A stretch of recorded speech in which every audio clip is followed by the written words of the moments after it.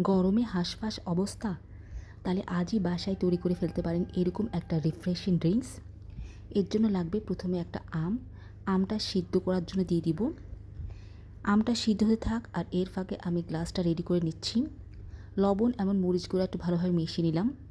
এখন গ্লাসে লেবুর রস লাগিয়ে গ্লাসটা ডেকোরেট করে নিলাম লবণ মরিচের গুঁড়া দিয়ে। এদিকে আমটাও সিদ্ধ হয়ে গেছে। এখন আমের খোসা ছাড়িয়ে টুকরা টুকরা করে কেটে নিচ্ছি। একটা ব্লেন্ডারে প্রথমে দিয়ে দিলাম টুকরো করে কেটে রাখা আম। এখন দিয়ে দিচ্ছি কাঁচা মরিচ, পুদিনা পাতা, দিয়ে দিলাম স্বাদ মতো লবণ, চাট মশলা, মরিচের গুঁড়া, চিনি, লেবুর রসও দিয়ে দিলাম। সামান্য পানি দিয়ে ব্লেন্ড করে নিচ্ছি। এখন ড্রিঙ্কসটা রেডি করব। প্রথমে গ্লাসে দিয়ে দিলাম কয়েক টুকরা বরফ, দিয়ে দিলাম ব্লেন্ড করে রাখা আমের পাল্প। পরিমাণ মতো পানি মিশালেই তৈরি হয়ে যাবে অত্যন্ত রিফ্রেশিং এই ড্রিঙ্কস। বাসায় একবার ট্রাই করে দেখতে পারেন, আশা করি আপনাদের ভালো লাগবে।